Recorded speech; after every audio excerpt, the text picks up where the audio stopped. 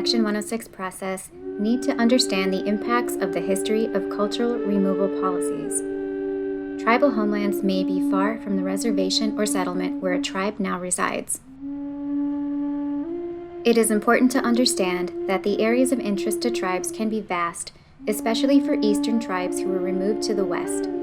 These areas may overlap with those of other tribes.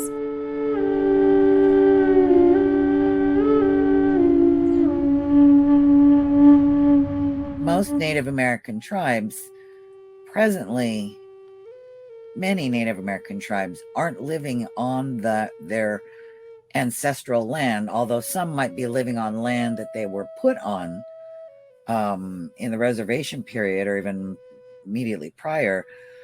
But change and adventure and knowing a very big old world was common to most Native people. We didn't stay in a 100-mile radius of where we were created. We have many lives that we lived as tribal people in a large geographical area. And sometimes we would move into an area and be there for hundreds and thousands of years. Sometimes the tribe would move back into an area previously occupied. So I think the idea of natives only having a voice in the lands that they're on presently now is very immature and very educationally it's not a very good way of looking at the deeper history of this land that we're on today.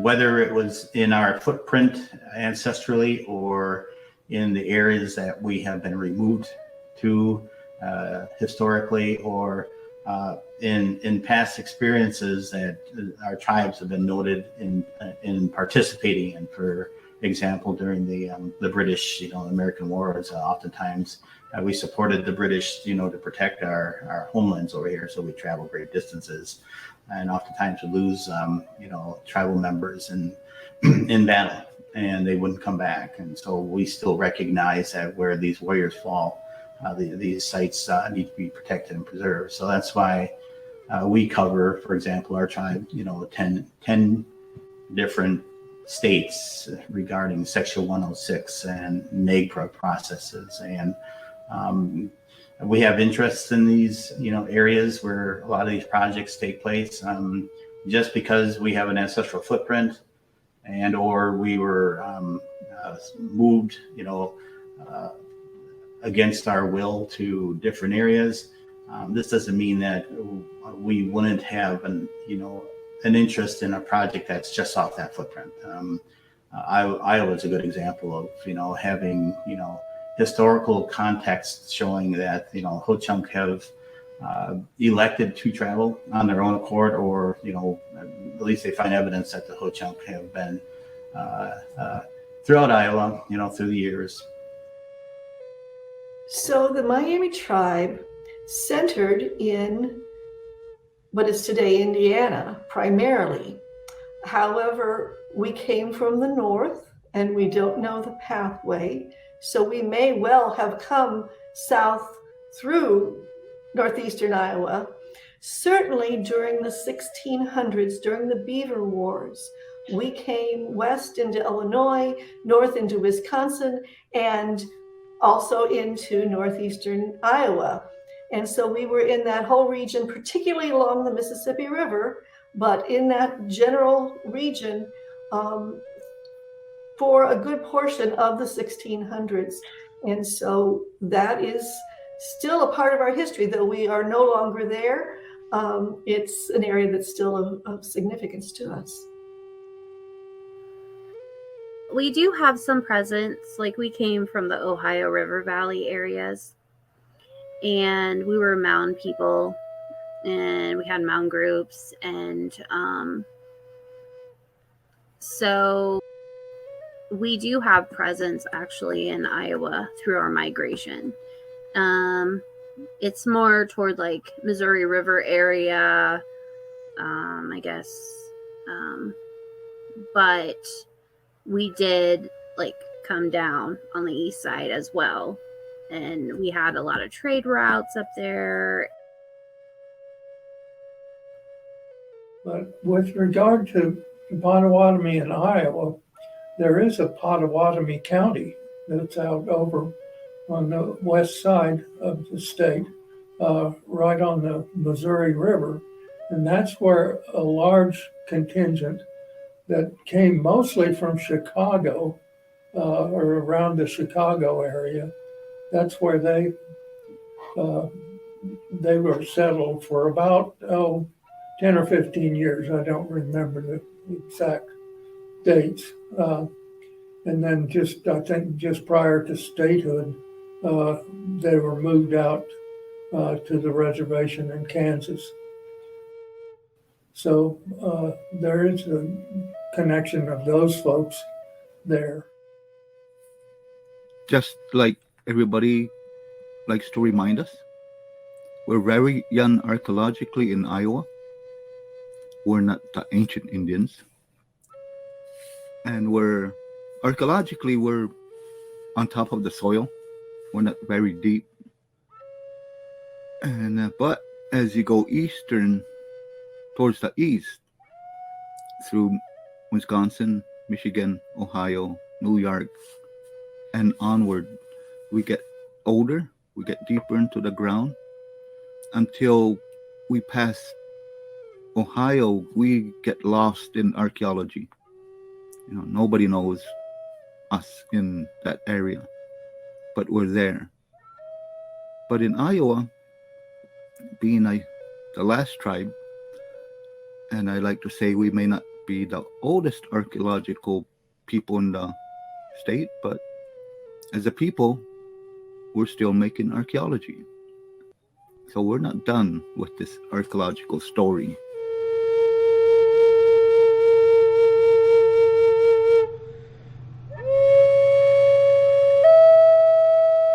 There are a lot of things in Iowa that I consult on because I feel like there needs to be a voice there. And, they're my ancestors too. Even if they may not have been Ponca, we consider all of our past indigenous relatives ancestors, because we are all part of this Turtle Island. So it's not just a Ponca problem, it is a indigenous problem. So some of these fights, you need to get on board and, speak for all the ancestors, not just your own direct lineal family. So much of the land that we consider Miami-Onge, the land of the Miami, was shared territory. Always. There were other tribes in those same areas. And so we have a long history with other tribes.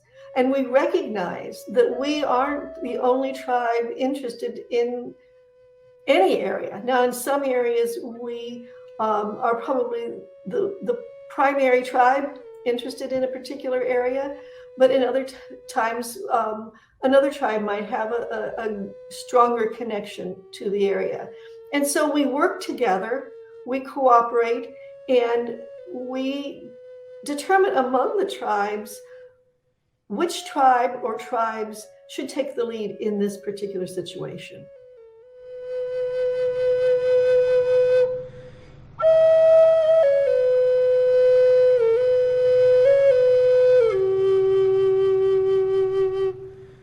Well, they're part of our history, and we, as I said, we've become, in modern times, more and more sensitive about those things, and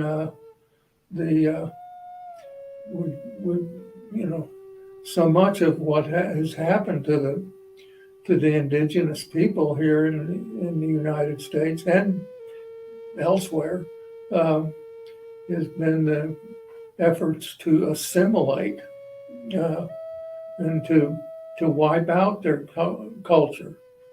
And the famous quote, "Kill the Indian, save the man,"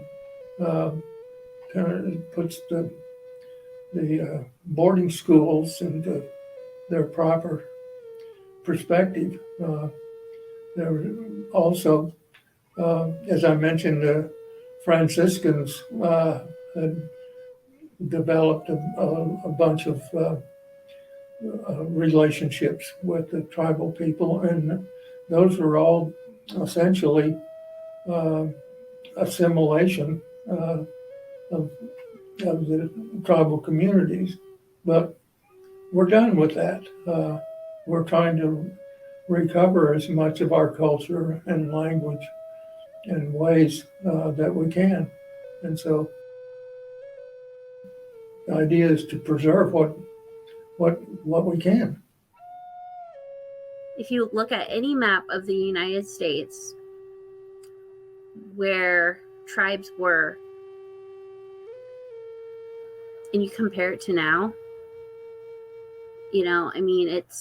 and then so anytime a sacred site or anything gets destroyed, it's just like how much more are they going to take? How much more is going to be stripped from us? Like, how much more destruction is there going to be? Like, that's where that understanding needs to be, that your family cemetery is important. Well, guess what? So's ours. Those sites belong to our ancestors, whether they are our lineal ancestors or not. They are our ancestors. We consider all peoples of this region to have been our ancestors in a sense. As I mentioned, we know that we came from the north. We don't know exactly where.